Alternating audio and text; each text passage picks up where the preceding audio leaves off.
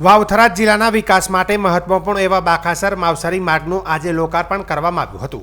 આશરે 325 કરોડ રૂપિયાના ખર્ચે નિર્મિત આ માર્ગનું ઉદ્ઘાટન કેન્દ્રીય રક્ષા મંત્રી રાજનાથસિંહની વર્ચ્યુઅલ ઉપસ્થિતિમાં તથા ગુજરાત રાજ્યના રાજ્યકક્ષાના મંત્રી સ્વરૂપજી ઠાકોરની હાજરીમાં થયું હતું।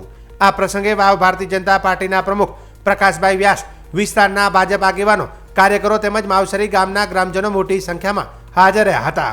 નવનિર્મિત બાખાસર માવસરી માર્ગ શરૂ થતાં વિસ્તારમાં આવાગમન સરળ બનશે અને મેગા હાઈવે બનવાથી રાજસ્થાનના 50થી વધુ ગામોને ફાયદો થશે। અગાઉ તેમણે ગુજરાતમાં પ્રવેશવા માટે 200 કિલોમીટરનું અંતર કાપવું પડતું હતું, જે હવે માત્ર 32 કિલોમીટર થઈ જશે। આ માર્ગથી ગ્રામ્ય વિકાસને નવી દિશા મળશે। લાંબા સમયથી સ્થાનિક લોકો દ્વારા આ માર્ગની માંગ કરવામાં આવી રહી હતી, જે આજે પૂર્ણ થઈ છે। આ ઉપરાંત કચ્છ જિલ્લાના લોકોને હવે રાજસ્થાનમાં જવામાં વધુ સરળતા રહેશે। રાજસ્થાનના યાત્રાધામ વીરાત્રાથી અમદાવાદ, પાટણ, પાલનપુર, છોટાઉદેપુર માટે એસટી બસો શરૂ કરાશે। સરહદી માવસરી ગામ રાજસ્થાન માટે ગેટવે ઓફ ગુજરાત બની જશે। આ માર્ગ પર ખાનગી લક્ઝરીઓ સાથે અન્ય ઘણી ટ્રાવેલર્સો સુવિધાઓ કાર્યરત થતાં માવસરીનો વિકાસ થશે। રાજ્ય કક્ષાના મંત્રી સ્વરૂપજી ઠાકોરે પોતાના સંબોધનમાં સરકારના વિકાસલક્ષી કાર્યોની ચર્ચા કરી। તેમણે જણાવ્યું કે ગ્રામ્ય વિસ્તારોમાં રસ્તા, પાણી, વીજળી અને શિક્ષણ જેવી મૂળભૂત સુવિધાઓ માટે સરકાર સતત પ્રતિબદ્ધ છે।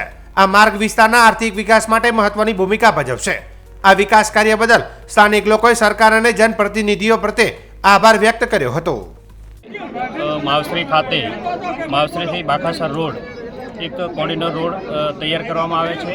એનું આજે લોકાર્પણ કાર્યક્રમ હતો અને વર્ચ્યુઅલ બેઠક પણ હતી। શ્રી રાજનાથસિંહ સાહેબની વર્ચ્યુઅલ બેઠક પણ હતી। એની સાથે ખૂબ જ લોકોને ત્યાં અવર જવર કરવા માટે અને ત્યાં લોકોને ખૂબ ઉપયોગી થવા માટે એક સરસ 35 કરોડથી પણ વધારે રકમનો એ રોડ બનાવવામાં આવે છે અને ખૂબ સરસ રોડ બનાવ્યો છે અને લોકોને ખૂબ ઉપયોગી થશે અને બંને રાજ્યોની બોર્ડરનો રોડ છે એટલે લોકોને ખૂબ જ ઉપયોગી થશે।